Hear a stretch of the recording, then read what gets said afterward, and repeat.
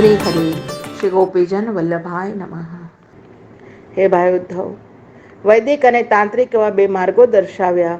હવે આગળ જે મારું અર્ચન કરનારો છે એ મારો ભક્ત લોક સંબંધી અને પરલોક સંબંધી સર્વ સિદ્ધિઓ મારી પાસેથી જ મેળવે છે. પછી આદિદૈવિક સંપત્તિનો વિનિમય કહ્યો છે. જેમાં અન્નકૂટ, દોલોત્સવ, રાસોત્સવ, જ્યેષ્ઠાભિષેક, મહાપૂજા આ બધું જ પ્રભુને અર્પણ કરવાનું કહ્યું છે. આગળ આપણે જોઈ ગયા. ભગવાને છેલ્લે એટલું જ કહ્યું છે કે દાન આપનાર, દાન કરવામાં પ્રેરણા કરનાર, દીધેલા દાનનું અનુમોદન કરનારને પણ દાન આપનારના જેટલા જ ફલની પ્રાપ્તિ થાય છે અને પાછું લઈ લેનારને, આપનારને, રોકનારને પણ એટલા જ અનિષ્ટના ફલની પ્રાપ્તિ થાય છે. કર્તુશ્ચ સારથે તોરનો મોદિર્તુ રેવચ કર્મણામ ભાગિનઃ પ્રેત્ય ભૂયો ભૂયસી તત્ફલમ. ઇતિ શ્રીમદ્ભાગવત પિયુષ એકાદશ સ્કંદ જીવમુક્તિ પ્રકરણના સાયુજ્ય મુક્તિ પ્રકરણમાં અધ્યાય 27મો. શ્રી વલ્લભ કૃપા, ગુરુ કૃપા, ગોવિંદ કૃપા તેજાપ્યમ. પ્રભુના અર્ચન સેવા વિધિ બતાવી. પુષ્ટિ માર્ગની અંદર તો પ્રભુના અનંત મનોરથો જે બધી વિધિ છે એ કહી છે પ્રભુની, કે ઉત્સવો, દિવ્ય મંદિરોની રચના કરવી, ઉદ્યાનો, પુષ્પવાટિકાઓ બનાવવા, નિત્ય એની સેવા, ઉપયોગી જમીન, ગામ, દુકાન, ક્ષેત્રો, શહેરો આ બધું સર્વદાન કરનાર ભક્તજન પર પણ પ્રભુ અત્યંત પ્રસન્ન થાય છે. એવી કૃપા પ્રભુએ કરી છે. કોઈ પણ ફલની કામના વિના જે જીવ મારી સેવા કરે છે, મારા ચરણોનો દ્રઢ આશ્રય કરે છે, એને ભક્તિયોગની પ્રાપ્તિ થાય છે અને આ ભક્તિયોગ દ્વારા જ મને પ્રાપ્ત કરી શકાય છે. જે નિત્ય મારી સેવા કરે છે એ જ ભક્ત મને અત્યંત પ્રિય છે. આમ પ્રભુએ અહીંયા કહ્યું છે. પ્રભુના ચરણારવિંદમાં અનંત અનંત કોટી દંડવત પ્રણામ. મારા પ્રભુના ચરણોમાં મારી વાણીને વિશ્રામ કરું છું. હે પ્રભુ, આપની કૃપા વગર તો વાણી ગાઈ શકવાને સમર્થ નથી. હાડમાસનું ચામડું કાંઈ કરવાને સમર્થ નથી. ગોવિંદ કૃપા, ગુરુ કૃપા હિ કેવલમ, શ્રી વલ્લભ કૃપા હિ કેવલમ, સદગુરુ ચરણારવિંદ જયતે. શ્રીમદ ભાગવત પિયુષ 11મો સ્કંદ 28 અધ્યાય સુધી, 5 થી 28 અધ્યાય ઉદ્ધવ ગીતા. શ્રી ઉદ્ધવજી શ્રીજીનો સંવાદ અને કલયુગ પર કરેલી પ્રભુની અસીમ કૃપા, જેનું રસપાન આપણે ગઈકાલે પ્રભુ કૃપાથી કર્યું. ગુરુ કૃપા હિ કેવલમ. અત્યારે આપણે અધ્યાય 28માં પ્રવેશ કરીએ છીએ. ગઈકાલે કેવી રીતે પ્રભુને અર્ચન, પૂજન, સેવા કરવી અને સૌથી ઉત્તમ પ્રભુએ ભક્તિ માર્ગનો ફલ પ્રાપ્તિ બતાવી છે કે ભક્તિ યોગ દ્વારા જ મને પ્રાપ્ત થઈ શકાય છે. કોઈ પણ ફલની કામના વિના મારી સેવા કરનારને દ્રઢ ભક્તિયોગ પ્રાપ્ત થાય છે અને ભક્તિયોગ દ્વારા જ મને પ્રાપ્ત કરી શકાય છે. આમ ઉદ્ધવજીને કહ્યું છે. 28મા અધ્યાયમાં 28 શ્લોકો છે. જ્ઞાન યોગનો સંક્ષેપમાં સંગ્રહ કરવામાં આવ્યો છે. સારભૂત જ્ઞાન યોગનું શ્રવણ કરનારાના સર્વ સંદેહો આમાં નિવૃત્ત થાય છે. જુઓ વૈષ્ણવો, શ્રીમદ ભાગવતજીનો દરેક શ્લોકનું અડધું પણ જેને રસપાન કર્યું છે એ જીવ પણ ભવપારથી પાર ઉતરી જાય છે. કારણ કે શ્રીમદ ભાગવતજી સાક્ષાત પ્રભુનું શબ્દ સ્વરૂપ છે. પોતાનું જ વાંગમય સ્વરૂપ, શબ્દ સ્વરૂપ, રસાત્મક સ્વરૂપ, સ્વયં શ્રીજી એમના જ ગુણાનુવાદ સ્વયંની વાણીથી કરેલ આપણે ભરમ ભાગવતીય વૈષ્ણવના જેમણે આ ગાથા ગાઈ છે એમની કૃપા અને મારા ગુરુશ્રીની અસીમ કૃપાથી આપણે રસપાન કરી રહ્યા છીએ. આપણે ખૂબ જ કૃતાર્થ થયા. તે બદલ મારા પ્રભુના, મારા સેવ્ય પ્રભુ, મારા ગુરુચરણમાં અનંત અનંત કોટી દંડવત પ્રણામ.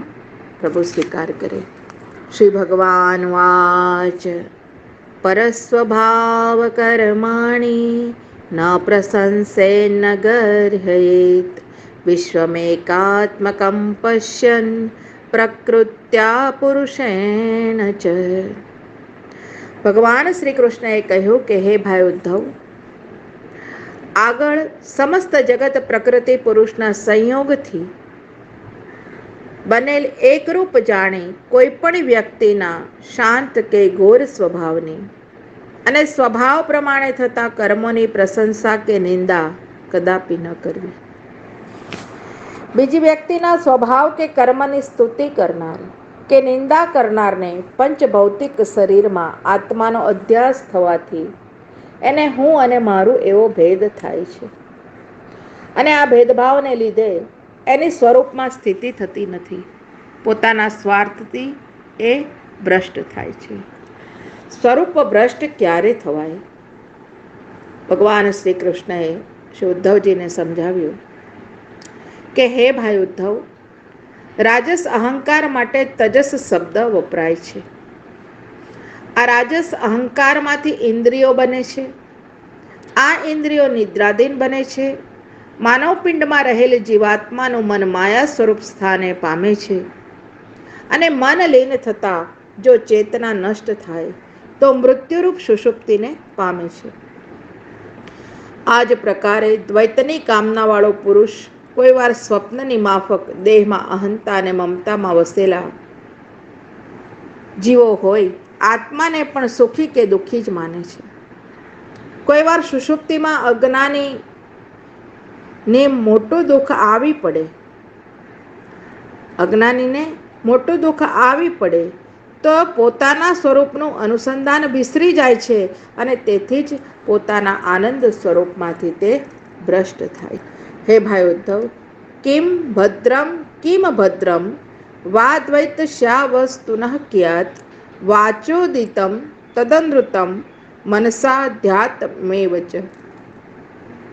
કોઈ વસ્તુ ભદ્ર ભલી છે, કઈ વસ્તુ અમંગલ અભદ્ર છે એવું કહેવું અયોગ્ય છે. કારણ કે અમંગલ અભદ્ર એવું કહીએ તો સમગ્ર વિશ્વ જ ભગવાનનું સ્વરૂપ છે, અને ભગવાન વિના બીજો પદાર્થ સત્ય નથી. તો પછી આ સમગ્ર વસ્તુ એ ભગવાનનું જ સ્વરૂપ છે. તો પછી સારા નરસાનો વિચાર ક્યાં રહ્યો? હે ભાઈ, ભગવાન વિના કોઈ વસ્તુ જ નથી. જે કાંઈ વાણીથી બોલીએ છીએ એ પણ ભગવાન જ કહી રહ્યા છે. મનથી ધ્યાન કરીએ છીએ એ પણ ભગવાન જ છે. તો આ દિશામાં 6 શ્લોકોથી વધુ વિચારીએ કે સર્વ વસ્તુ ભગવદ સ્વરૂપ હોવા છતાં ભેદબુદ્ધિથી જોનારને સર્વ પ્રકારના અનર્થો ઉત્પન્ન થાય છે. આ વિષય દ્રષ્ટાંતથી સમજીએ કે આપણા મુખના દર્પણમાં છાયા પ્રતિબિંબ આપણે આપણા જ શબ્દનો પ્રતિધ્વનિ પડઘો તેમજ સાગર તટે પડેલી ચળકતી છીપમાં ચાંદીની રકાબીનો આભાસ જોઈએ છે. એટલે મૃગજલ જેવો ભાસ થાય છે જીવને. હવે આ પ્રકારનો થતો આભાસ એ વાસ્તવિક નથી, એ સાચો નથી. આમ છતાં વસ્તુઓને અર્થોને એ બતાવનાર થાય છે. આવી રીતે દેહ વગેરે પદાર્થોને ભાવોને આત્માથી ભગવાનથી જુદા ભાવ પદાર્થ તરીકે માનનારને એ ભાવોનો લય ન થાય ત્યાં સુધી મૃત્યુ નામના ભયને આપનારા થાય છે. પરંતુ વાસ્તવિક બુદ્ધિથી વિચારતા ભગવતી શ્રુતિના આદેશ અનુસાર આત્મૈવ તદિદમ વિશ્વમ સૃજ્યતે પ્રભુ ત્રાયતે ત્રાતિ વિશ્વાત્મા રીયતે હર્તીશ્વર. આ સમગ્ર બ્રહ્માંડ ભગવાન જ છે, કારણ કે સર્વ સમર્થ ભગવાન જ છે. એકોહમ બહુશ્યામ, હું સર્વ સ્વરૂપ બનું એવું વિચારે ત્યારે પોતે જ સ્રષ્ટા બને છે. પોતે જ સજ્ય એટલે રચવાના પદાર્થ રૂપ બને છે. પોતે જ સર્જેલા જગતનું પાલન કરે છે. પોતે જ પાલનીય બને છે, અને પોતે જ સર્જેલાનો પોતાનામાં લય કરે છે, અને પોતે જ લયરૂપ થાય છે. પ્રભુ, આ પ્રમાણેની સમજથી આત્માથી કોઈ ભિન્ન વસ્તુ નથી, પરંતુ જીવાત્મામાં આ દેહ, ઇન્દ્રિયો અને અંતઃકરણ રૂપે 3 પ્રકારની જુદી જુદી પ્રતીતિ થાય છે. વિવેકી પુરુષોએ આ પ્રકારની પ્રતીતિને સમજને ભાનને પાયા વિનાની કહી. માટે આત્માના સ્વરૂપનું આવરણ કરનારી આ માયાએ 3 ભેદોને સત્વ, રજસ અને તમસ આવા 3 ગુણના કાર્ય તરીકે હે ઉદ્ધવ જાણવા. ભગવાન શ્રી કૃષ્ણે આગળ કહ્યું કે હે ઉદ્ધવ, જ્ઞાન અને વિજ્ઞાન રૂપ નિષ્ઠાને જે જાણે છે એ વિવેકી પુરુષ છે. કોઈના પણ સ્વભાવ અને કર્મની નિંદા કરતો નથી. એ સૂર્યની માફક દ્રષ્ટા બનીને સર્વત્ર વિચરે છે. હે ભાઈ ઉદ્ધવ, આ પ્રકારની જ્ઞાન વિજ્ઞાનની નિષ્ઠાને મેળવવાનો એક જ ઉપાય છે. પ્રત્યક્ષેણાનુમાનેન નિગમેનાત્મ સંવિદા આદ્યંત વદસત્ જ્ઞાત્વા નિઃસંગો વિચરે દીહ. પ્રત્યક્ષ પ્રમાણ, અનુમાન પ્રમાણ, વેદ પ્રમાણ, આત્માના અનુભવથી આ દ્રશ્યમાન પદાર્થ માત્ર ઉત્પત્તિ અને અંતવાળા છે, માટે અનિત્ય છે.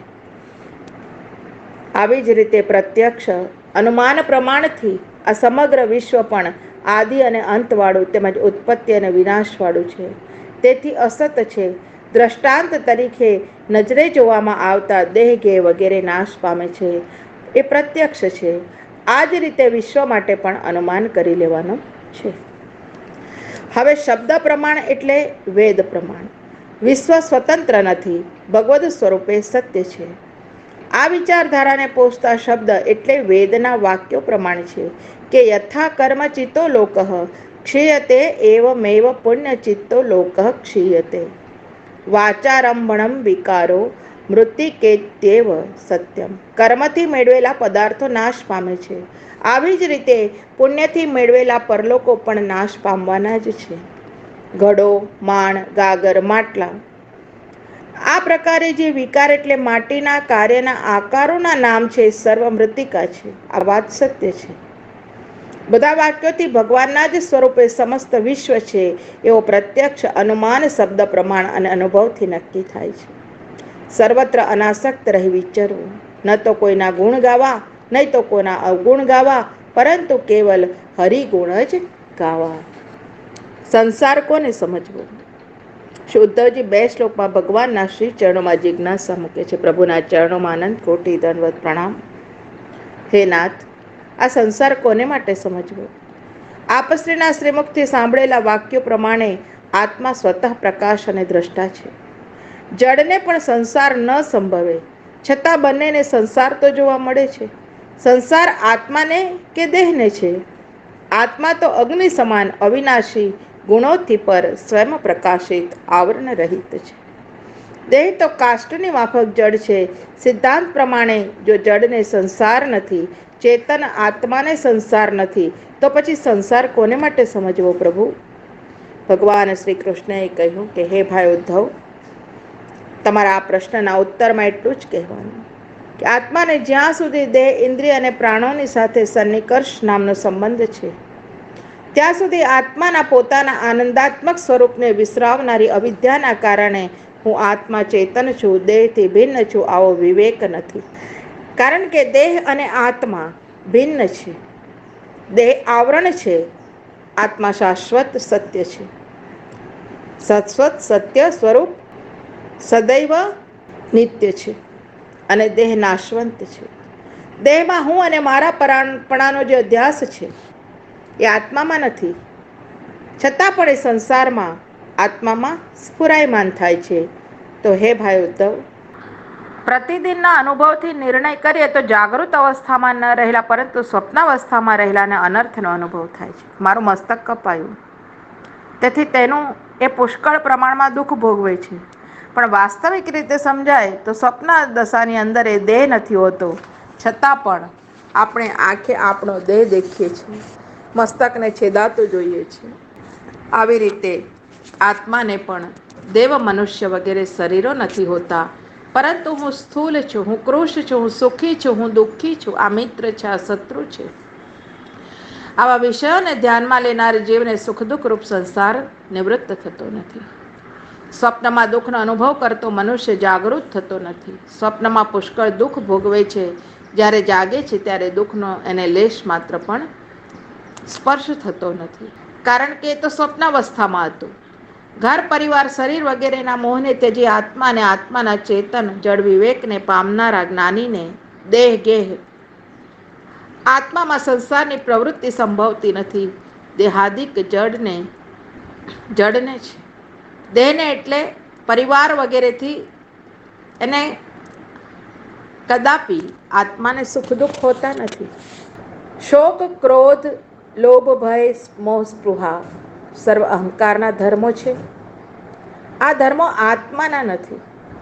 દેહને માને તો સર્વ લાગુ પડે, આત્માને તો આ બધું કાંઈ લાગુ પડતું નથી.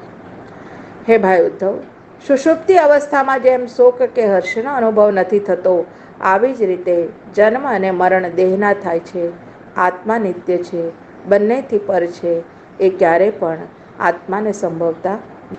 તો હે ભાઈ ઉદ્ધવ, હવે સંસાર કોને? આ તો થઈ આત્મતત્વની વાત. તેનો નિર્ણય થાય છે કે અહંકારને સંસાર થાય છે. આવી શંકા થાય તો સંસાર જો અહંકારને થતો હોય તો પછી મુક્તિ પણ અહંકારને સંભવે. જેને મુક્તિ થઈ એને પણ અહંકાર થાય. આ શંકાના સમાધાનમાં પ્રભુએ કહ્યું કે દેહ, પ્રાણ, ઇન્દ્રિય અને મનને અભિમાનથી હું દેહ છું, હું ઇન્દ્રિય છું, આ માનનારને એટલે ગુણ અને કર્મથી જેને દેહ પ્રાપ્ત થાય છે, એની અંદર રહેલ જીવ ક્રિયાશક્તિ રૂપે અને જ્ઞાનશક્તિ રૂપે શુદ્ર, મહાન એવી અનેક સંજ્ઞાઓથી બોલાતા ઈશ્વરને અધીન રહી સંસારના બંધનને પ્રાપ્ત થાય છે. અને તેથી જ મુક્ત થવાની જીવને જ આવશ્યકતા છે. માટે ઉપરની શંકાને સ્થાન. હે ભાઈ ઉદ્ધવ, સંસાર મુક્તિનો ઉપાય બતાવો. તો મન, વાણી, કર્મ, પ્રાણ આ ચારેય કાર્યો સર્વમૂલ વિનાનું અનેક રૂપવાળું દેખાય. પરંતુ ગુરુની ઉપાસનાથી તીક્ષ્ણ જ્ઞાન સંપાદન કરી જ્ઞાનરૂપ ખડકથી અહંકારનો ઉચ્છેદ કરી તૃષ્ણા રહિત થઈ મૌન રાખી પૃથ્વી પર વિચર્યા કરવું. જ્ઞાન એટલે શું? જ્ઞાનમ વિવેકો નિગમસ્તપશ્ચ પ્રત્યક્ષમૈતિ હયમથાનુમાનમ આદ્યંતયોરસ્ય યદેવ કેવલમ કાલશ્ચ હેતુશ્ચ તે દૈવ મધ્યે.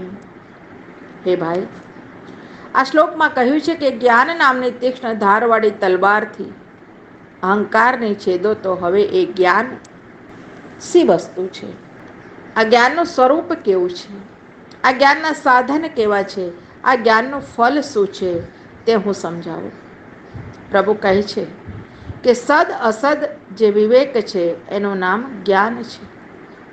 વિવેક જ્ઞાનને પ્રાપ્ત કરવા માટે વેદ ભગવાનના વચનો, તપશ્ચર્યા, સ્વધર્મ પાલન, પ્રત્યક્ષમ એટલે પોતાનો અનુભવ, એતિહયમ એટલે ઇતિહાસ, પુરાણ અને ગુરુજનોનો ઉપદેશ એટલે અનુમાનમ, તર્કયુક્તિ વગેરે જે સાધનો છે. અને જ્ઞાનનું સ્વરૂપ એ છે કે સમસ્ત વિશ્વના આદિમાં, વિશ્વના અંતમાં જે તત્વ રહેલું છે એ જ તત્વ એના મધ્યમાં પણ છે. એ જ તત્વ અખિલ વિશ્વના હેતુ એટલે કારણરૂપ છે. આ જગતનો કાલહ, કાલ લય પણ એ જ તત્વ છે. ચ અવ્યયથી એનો પાલક પણ એ જ છે. હે ભાઈ ઉદ્ધવ, આનું રહસ્ય એટલું જ છે કે જગતને પ્રકાશનાર જે બ્રહ્મ છે એ બ્રહ્મરૂપા જગત છે. બ્રહ્મથી બીજું કાંઈ નથી. આ પ્રકારના વિવેકનું નામ બદ્ધ જ જ્ઞાન છે. આ વાત શ્રુતિ અહીંયા કહી છે કે સર્વમ ખલ્વિદમ બ્રહ્મ. આ જે કાંઈ પણ છે સર્વ બ્રહ્મ જ છે. હે ભાઈ ઉદ્ધવ, પૃથ્વી, જલ, તેજ, દેવ, મનુષ્ય, પશુ, પક્ષી, સ્વર્ગ, પાતાલ વગેરે વિવિધ સંજ્ઞા અને વિવિધ આકારે દેખાતું આ બ્રહ્માંડ શું છે?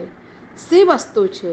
આ વાતને હવે આપણે એક દ્રષ્ટાંત નામ આપની દ્રષ્ટિ સામે અહીંયા રાખ્યું છે કે નજર સામેનું સુવર્ણ, કંકણ, કુંડલ, કટી, મેખલા આ સર્વ સ્વરૂપ સંજ્ઞા રૂપે છે. તે આકારો એ જ્યારે નામ બન્યું ત્યારે એ ન હતું, પરંતુ જ્યારે એ સુવર્ણ હતું અને એમાંથી જ્યારે ઓગાળીને બનાવ્યું તો અલંકાર રૂપે બન્યું. ત્યારે પણ એ સુવર્ણ જ છે. આવું જ્ઞાન થવું જોઈએ. કેટલી મોટી પ્રભુએ વાત કરી દીધી કે આપણું દેહ, ઇન્દ્રિય બધું જ છે, પણ એનું મૂળ કોણ છે? તો આત્મતત્વ સ્વરૂપ ભગવાન છે. આ જ્ઞાન થવું જોઈએ. આ પ્રકારનું જગતના આરંભમાં હું છું, જગતના પ્રલય પ્રસંગે પણ હું જ છું, અને પૃથ્વી ઇત્યાદિ દેવ મનુષ્ય જે દેખાય છે એ પણ હું જ છું. આવું જ્ઞાન જો થાય તો આ જ્ઞાનનું સ્વરૂપ કહેવાય, તો એનું ફળ સંસાર નિવૃત્તિ થઈ જાય.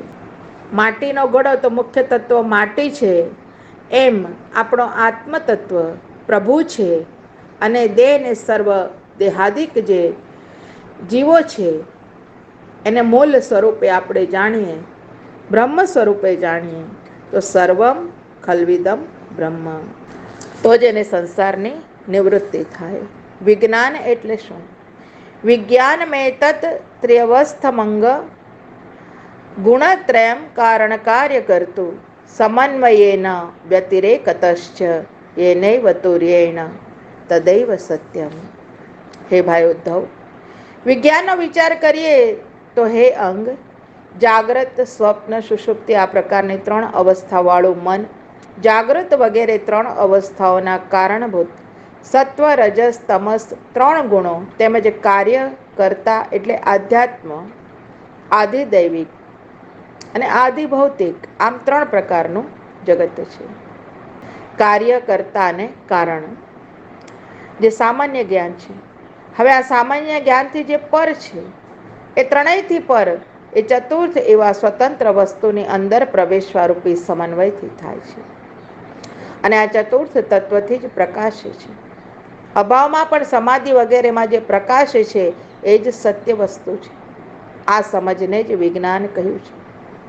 હે ભાઈ ઉદ્ધવ, ઉપરના વાક્યોથી એક વાત સમજ્યા કે સત્ય વસ્તુ જેનું 3 કાલમાં અસ્તિત્વ હોય, જેનો નાશ થતો નથી. હવે કાલથી જે નાશ પામે તેને શું સમજવું? જે વસ્તુ આરંભમાં ન હતી, જે વસ્તુ અંતમાં નથી રહેતી કે નથી રહેવાની, જો મધ્યમાં દેખાતી હોય તો વસ્તુનો કેવલ નામ માત્રથી વ્યવહાર થાય છે. કારણ જે બીજાથી બન્યું છે, જે બીજાથી પ્રકાશ પામ્યો છે, એના કારણ પ્રકાશથી પ્રકાશવાળું બનેલું છે, માટે એ એનાથી ભિન્ન નથી, એના જ સ્વરૂપે છે. એવું જે સમજવું, એવી સમજ, એવી મારી મનીષા, એટલે મારો નિશ્ચય છે. કારણ કે કારણરૂપ એવા સ્વયં પ્રકાશ વિના કાર્યરૂપ પ્રકાશને યોગ્ય દેખાય જ નહીં, અને કારણરૂપ પ્રકાશની અંદર એ આવી જાય છે.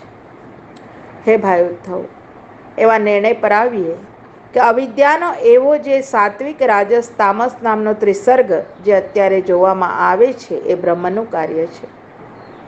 બ્રહ્મ કોઈનું કાર્ય નથી, પરંતુ એ તો સ્વતઃ સિદ્ધ છે, સર્વનું કારણ છે. એટલું જ નહીં, પરંતુ એનો કોઈ પ્રકાશક નથી, એનો કોઈ પ્રકાશ્ય બનતું નથી. એ તો સર્વનું પ્રકાશક જ છે. આ પંચભૂતો, આ ઇન્દ્રિયો, આ વિષયો, આ દેવો રૂપે દેખાતો વિચિત્ર વિશ્વ, આ સર્વ બ્રહ્મ રૂપે છે. હે ભાઈ ઉદ્ધવ, આમ વિવેક સુયોગ્ય ગુરુદેવ પાસેથી મેળવી શકાય, એ કોટીના ગુરુ પાસેથી, એ પરમ બ્રહ્મ સ્વરૂપ કોટીના ગુરુ પાસેથી બ્રહ્મના સ્વતંત્ર સ્વરૂપને જાણીને આ દેખાતા સમસ્ત પદાર્થોનો અપવાદ કરી પ્રત્યક્ષ, ઇતિહાસ, અનુમાન, શબ્દ વગેરે પ્રમાણે દ્વારા સંદેહને દૂર કરી સમસ્ત ઇન્દ્રિયોના વિષય સુખોથી ઉપરામ પામી નિસંગ બનીને વિચરવું. ગુરુની અદ્ભુત મહિમા શ્રીમદ ભાગવતજીમાં પ્રભુએ કહી છે, કારણ કે ગુરુ એ પ્રભુનું સ્વરૂપ મનાય છે.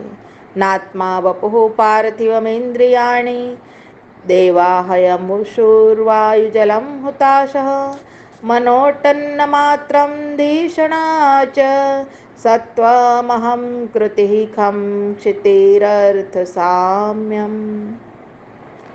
ભગવાન શ્રી કૃષ્ણ આગળ કહે છે કે હે ભાઈ ઉદ્ધવ, આ દેહ આત્મા નથી, પૃથ્વી તત્વમાંથી બનેલ પાર્થિવ શરીર છે. ઇન્દ્રિય વરુણ વગેરે દેવો છે તે ઇન્દ્રિયોના પોષક છે. પ્રાણ વાયુ રૂપ છે, અગ્નિ જલરૂપ છે, મન અન્નમય છે, બુદ્ધિ, ચિત્ત, અહંકાર, આકાશ, શબ્દ, સ્પર્શ, રૂપ, રસ, ગંધ, પ્રકૃતિ વગેરે પણ આત્મા નથી. આ બધા પદાર્થો જડ છે. ઘરની માફક એ અનુમાન એનું જડત્વ સિદ્ધ કરે છે. હે ભાઈ ઉદ્ધવ, અહીંયા એક વાત ધ્યાનમાં લેવા જેવી છે કે મારા દિવ્ય તેજના મહિમાને જાણનારે કે મારા દિવ્ય રસાનંદ સ્વરૂપમાં એકતાન થઈને રહેલ તાદ્રશ્ય જનને 3 ગુણોના પરિણામ રૂપ એવી ઇન્દ્રિયો ઉપર સંયમ મેળવ્યો. તેથી શો અધિક લાભ થવાનો હતો? કારણ કે એ તો મારામાં એક તાન થઈને બેઠેલો છે.